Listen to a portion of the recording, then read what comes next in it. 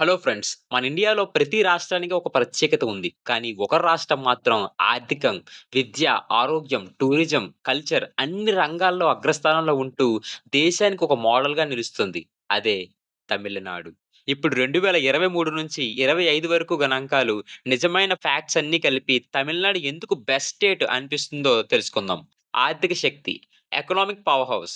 తమిళనాడు యొక్క ఆర్థిక వృద్ధి ఎప్పటికప్పుడు దేశంలో టాప్ 3లో ఉంటుంది. 2024 సంవత్సరం నుంచి 25 ఆర్థిక సంవత్సరంలో తమిళనాడు వృద్ధి రేటు 9.69%గా నమోదైంది. ఇది దేశంలోనే అత్యధికం. 2023 నుంచి 24 మధ్యలో దీని యొక్క జీఎస్‌డీపీ విలువ 15.71 లక్ష కోట్లు ఉండగా, కానీ ఇప్పుడు అది 17.23 లక్షల కోట్లకు పెరిగింది. చెన్నైను డెట్రాయిట్ ఆఫ్ ఇండియా అని ఎందుకంటారంటే, Hyundai, Ford, Nissan, BMW, Ashok Leyland లాంటి కంపెనీలు ఇక్కడే ఉన్నాయి. అదే సమయంలో ఐటీ రంగంలో కూడా తమిళనాడు ముందుంది. అదే సమయంలో ఐటీ రంగంలో కూడా తమిళనాడు ముందుంది. చెన్నైని సాస్ క్యాపిటల్ ఆఫ్ ఇండియా అని అంటారు. ఎందుకంటే జోహో, ఫ్రెష్ ఫోకస్ లాంటి గ్లోబల్ సాఫ్ట్‌వేర్ కంపెనీలు ఇక్కడి నుంచే మొదలయ్యాయి.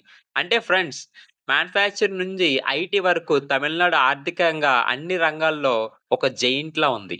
Vidyashakti, education hub. విద్యా రంగంలో తమిళనాడు బాగా ఫేమస్. ఐఐటీ మద్రాస్ 2024లో ప్రపంచ ర్యాంకుల్లో టాప్‌లో ఉంది. Anna university, Madras medical college, VIT Vellore ఇది దేశవ్యాప్తంగా స్టూడెంట్స్‌కి ఒక డ్రీమ్ అయిన కాలేజ్ అనే చెప్పాలి. లిటరసీ రేట్ ఇక్కడ 80% పైగా ఉంది.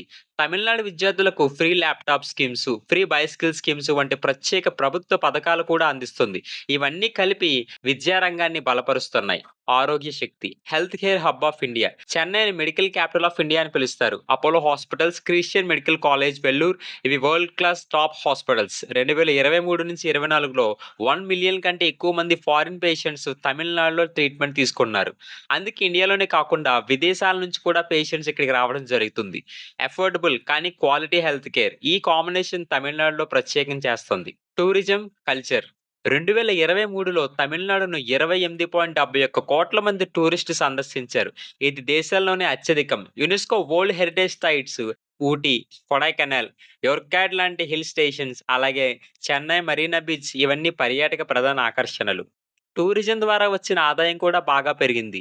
2020-21లో 49,00,00,000 మాత్రమే ఉండగా, 2023-24లో అది 240,00,00,000కు పెరిగింది.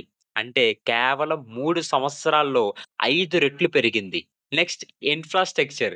చెన్నై పోర్ట్, ఎన్నూర్ పోర్ట్ ఇవి ఇండియాలోనే బిజీగా ఉండే పోర్ట్స్. రోడ్ల network, national highway connectivity, metro rail, airport ఇవన్నీ తమిళనాడుని ఒక మోడర్న్ ఇన్‌ఫ్రాస్ట్రక్చర్ హబ్‌గా మార్చేశాయి. తమిళనాడు గవర్నెన్స్ అంటే సింపుల్ కానీ effective schemes. Mid day meal scheme ఇక్కడే మొదలైంది. తర్వాత దేశమంతా అమలైంది.